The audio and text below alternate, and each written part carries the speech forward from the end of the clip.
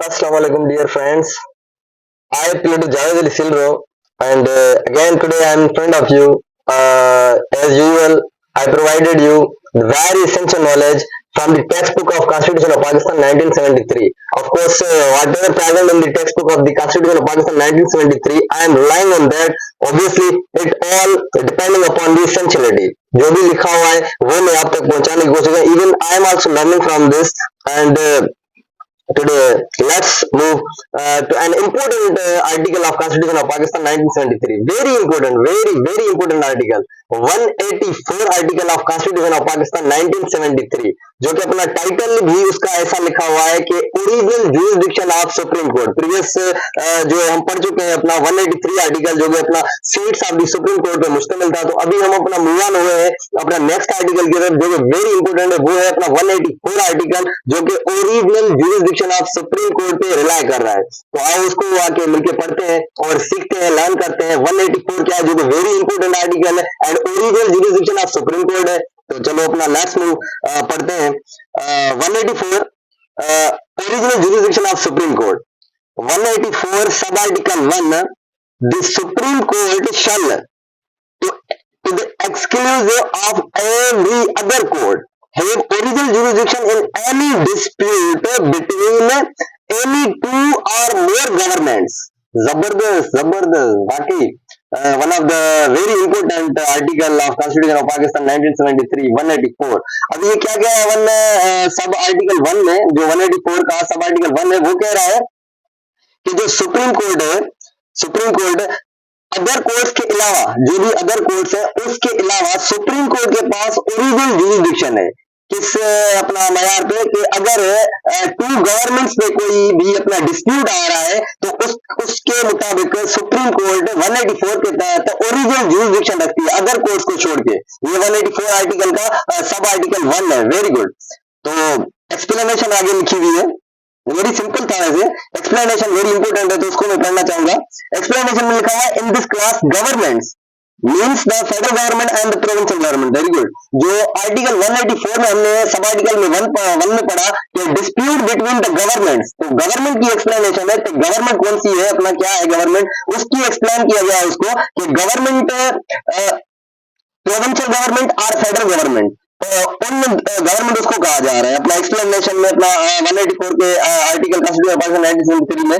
तो ये अपना गवर्नमेंट था फेडरल और प्रोविंशियल गवर्नमेंट. तो अभी नेक्स्ट चलते हैं. 184 का सब आर्टिकल 2 है. In the exercise of the jurisdiction conferred on it by class 1, the Supreme Court shall pronounce declaratory judgments only. Wow.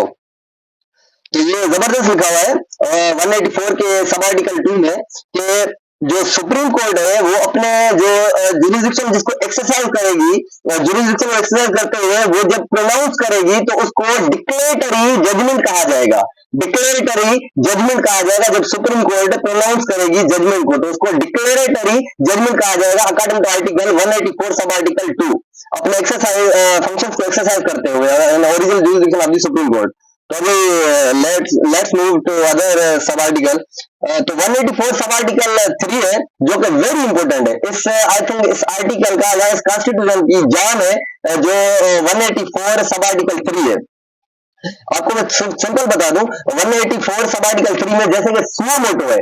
Suo motu जो अजा खुद अपना सुप्रीम नोटिस लेती है, अजा खुद सुप्रीम कोर्ट जो अपना फैसला करती है सुओ मोटो. अभी उसके बारे में पढ़ रहे हैं 184 सब आर्टिकल 3 में. तो one very important suo motu के बारे में पढ़ रहे हैं. सुओ मोटो याद रखिएगा 184 सब आर्टिकल 3 में सुओ मोटो प्रेजेंट है. सुप्रीम कोर्ट लेती है सुओ मोटो. अभी पढ़ते हैं उसको. that without prejudice to the provisions of Article 199, the Supreme Court shall, if it considers that a question of public importance with reference to the enforcement of any of the fundamental rights conferred by Chapter 1 of Part 2 is involved, have the power to make an order of the nature mentioned in the said article. Wow, wonderful. जबरदस्त लिख दिया इसने 184 के sub article 3 में कि supreme court suo motu लेगी, खुद अपना जो है नोटिस लेगी जब अपना फंडामेंटल राइट्स डिस्पर्स होंगे, फंडामेंटल राइट्स वायोलेट्स होंगे, फंडामेंटल राइट्स जो हमने पढ़ के आए हैं अपना आर्टिकल 8 से लेकर 28 तक, वो फंडामेंटल राइट है।